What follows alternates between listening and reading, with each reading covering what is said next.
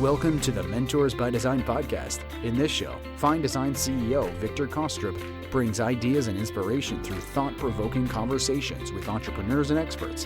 Whether you're just getting started on your journey or are a seasoned business owner, this show is designed to give you insight into what it takes to succeed. Here's your host, Victor Kostroub.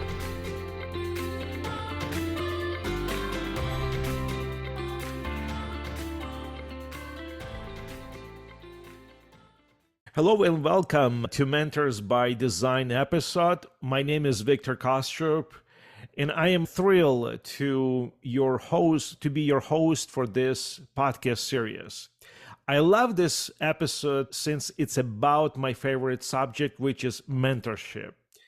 I like to see people succeed, reaching their dreams, and therefore unleashing their potential on the way to their goal. So as my guest today, Carolyn Wokoh, Executive Director of Advancing Youth Voice Initiative, which was established not too long ago, 2021, to empower young people to lead. Carolyn, welcome. Thank you. Thank you very much. So, it's a pleasure for having me. Thank you for having me. Thank you. So my understanding, not only you wish to see people succeed, but your mission, as I read, it involves collaborating with emerging founders to solve complex problems and match new products with the right audience, right? Right. So how did you come up with this idea and why? Thank you, Julian. Victor, in 2020, my life took a different turn. I was invited to a conference in Philadelphia. I'm a Nigerian, by the way, and I left Nigeria, Lagos, for Philadelphia.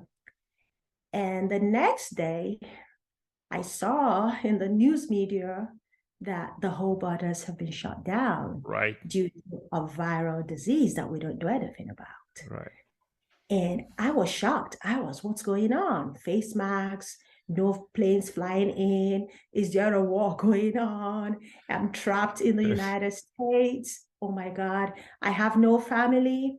I have limited funds and no one to turn to. So how am I going to leave this country? So that was my worry. And while I was still trying to figure things out, I woke up one morning a week later and found that I couldn't move my limbs. Wow. I was wondering, am I paralyzed? What's going on? I just couldn't move out of bed. I tried to, I couldn't. And you never had those symptoms before? No. No. What I had, Victor, was I used to have this internal inner groin pain that has been going on for a year. And I have been taking cocktails of painkillers. It was excruciating. But coming from Africa, where we don't have medical expertise, I was like, okay, take those painkillers. Maybe it's going to go away. Right. And trust God. Simply avoiding the problem. Yes. So that was what I was going through. And then I couldn't just stand up from bed. That was a huge problem. COVID. I can imagine. I just can't imagine that. I just couldn't stand up, Victor. So I had to call 911. And on getting to the hospital, thank goodness it was the United States. On getting to the hospital, I was diagnosed to have impingement of a hip. My two femoral bones had shifted and locked the pelvis. And that requires me to have a surgery, a hip replacement surgery on both femurs. Wow, that's tough. And because I wasn't an American citizen, I must pay out of pocket. And each of them was $36,000 each. Wow. Where am I going to get this money? So that was my story. And so along the journey, of course, I didn't have $72,000 to pay. I didn't have insurance, but I had this faith, Victor. I had a strong faith in the US system. And I said to myself, if I am in a country that spends trillions of dollars helping other developing countries, there's going to be a way, because my case was genuine. There's going to be a way. And 2 months later, the door opened.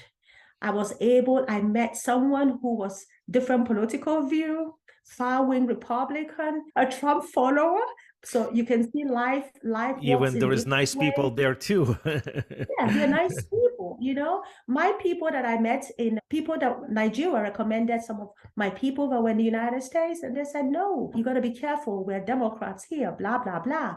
But I met this person because I went ahead, resisted. I got 35 refusals that I can't get medical help. I called the agent. The state of Michigan was open in December for state insurance. And every call that I made said, no, we Wow. can't give you help because you don't have a social security number.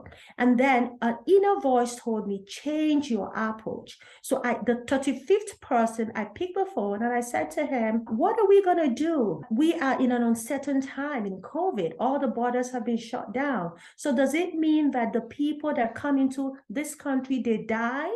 They Is that stuck. what's going to Yeah. happen to them? And he said, honey, from the other end, is something going on? Who is this person? And I said, my mother. He said, okay, tomorrow is the last day of the open house. Bring her in. Let's see Wow. what we can do for her. And I went in and I saw this, you know, a gentleman in his 70s. And he said to me, where's your mother? And I said, well, it's not my mother. It is me. Wow, that is such an interesting story. Yes. You I said, it definitely is me. changed your approach. That's right. That's Yeah. right. And I said, it's me. And he said, okay, kiddo, let's go and walk. And he helped me eventually, spoke to people he knew, and got me Michigan State insurance. Wow, amazing, Yeah. amazing. So I had my two surgeries. And I had the first one in 2021, and I had the second one in 2022, just last year. And so in that whole process, I was shown love.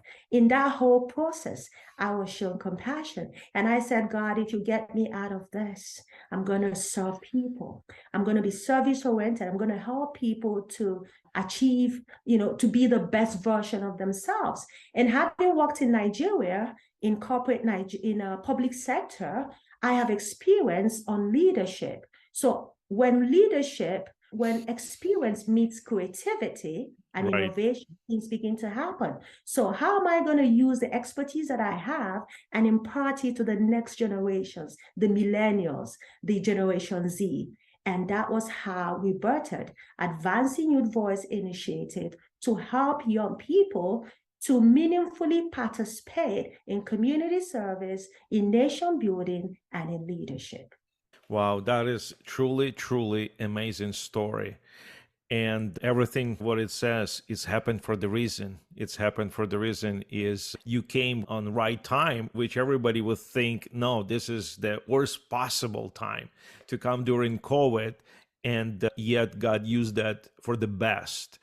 And definitely you have a very compassionate heart. And maybe if you were not on this other side, being a person of need, whereas like you left and it's only your persistence in this case help you to go and get help. But if that wasn't that inner voice that you heard and simply got rejection, another rejection, and if you were just following your emotions and closed on that and just get all defensive on being like, wow, nobody's like me and nobody wants to help me, and yet you pursue and you change your approach, that is truly amazing. I do believe that you can help a lot of people. When you speak of your background, and I see you do have the experience work with them on the leadership field, what exactly do you have in mind? Like, is the people who are in need, or this is the people who are you helping them to open their potential, to build a career? What is exactly you trying to achieve? Okay, Victor, thank you for that question. I am trying to help a new generation of young people to become leaders. I have served in the public sector for 23 years, and I have gone through the ranks to the top level. So I understand what it means to inspire and elicit extraordinary performance from very ordinary people. I know what it means as a leader in the sphere of public service. I know what it means to help people, ordinary people, common people, to do uncommon things. And so I have been trained on team building. I have been trained on conflict management. I have been trained delegation, personal development. I have been trained on various spheres of change, transformational leadership.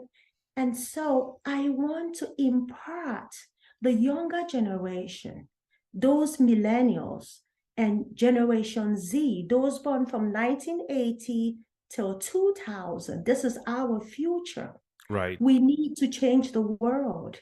And this future, this target audience, they are busy pursuing education.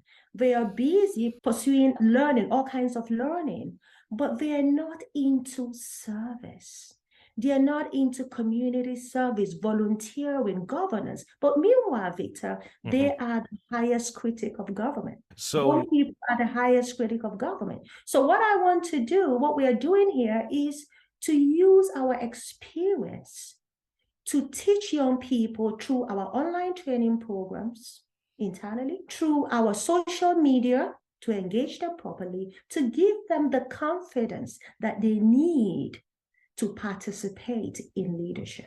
I see. It makes perfect sense because you're right. I'm also advisory board in one of the prestigious college here in United States in Seattle, and also one of the universities as well.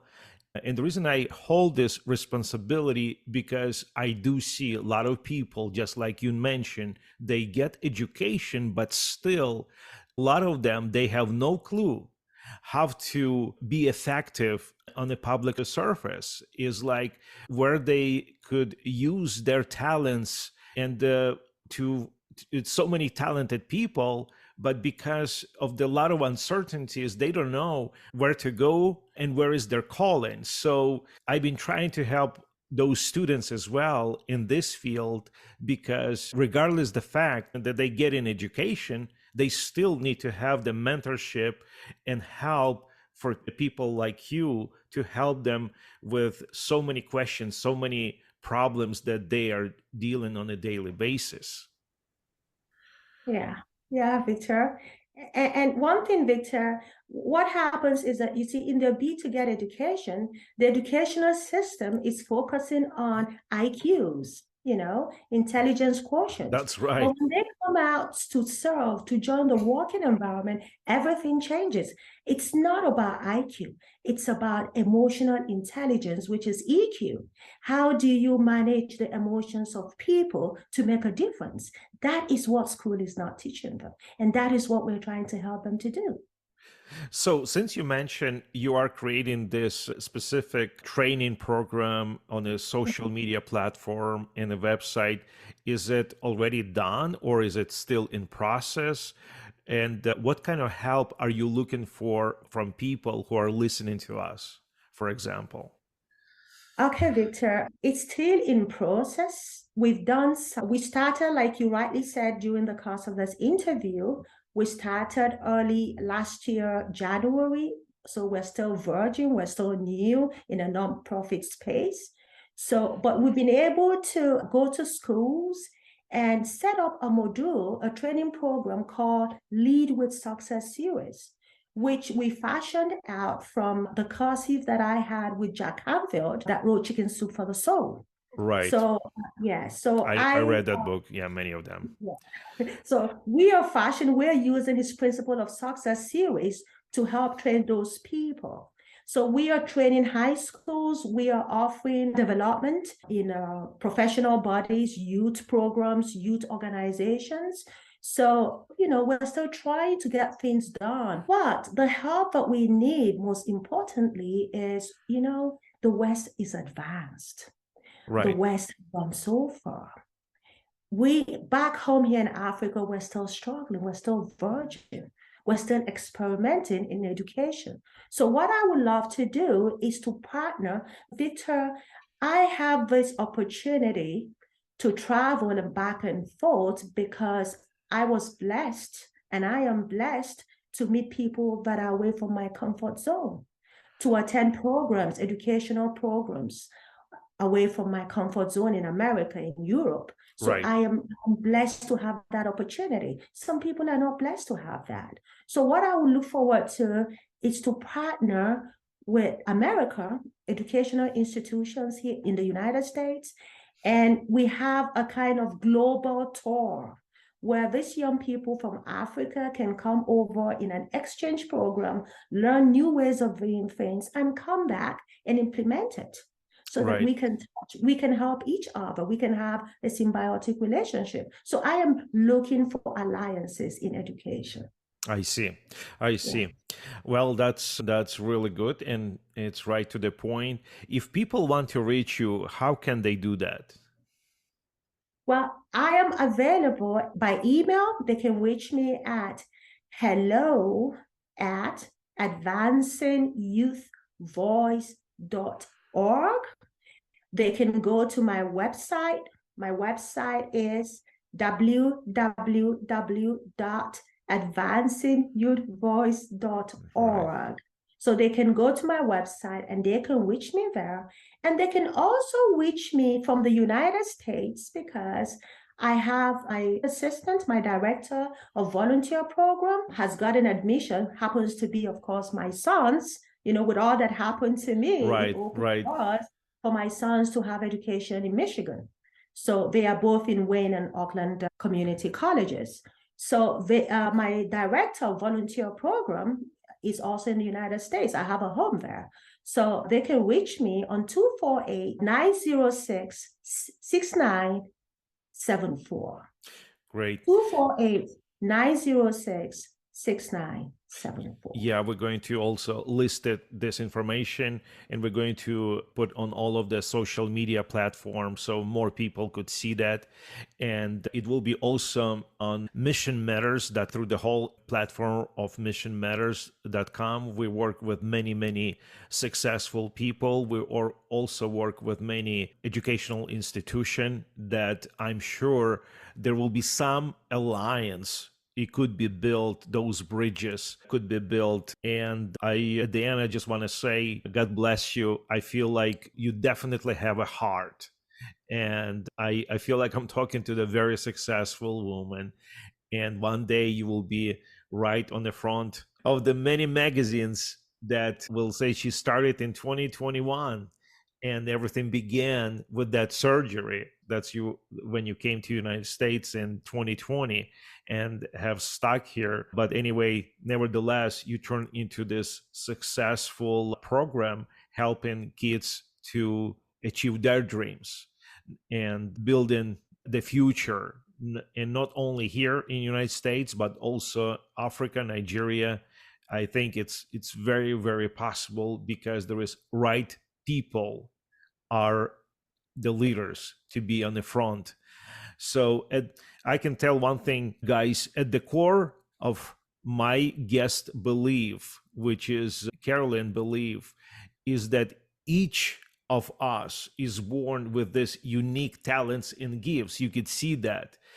And unshakable dreams, we need to become our highest selves and reach out most towering potential. That's what Carolyn has been saying. So if you think, how can I add the quality to people's life? That is your opportunity today. And we heard so many opportunities, so many alliances that could be built. So I want to remind you, this is your time. This is your opportunity to partner with amazing people like Carolyn and her team. Thank you, Carolyn. Thank you. Thank you for having me, Victor. Okay. Bye-bye. Bye-bye. Thank you. We hope you've enjoyed this episode of the Mentors by Design podcast. This show is sponsored by Fine Designs. Learn more about how Fine Designs can supply apparel for your events at finedesigns.com.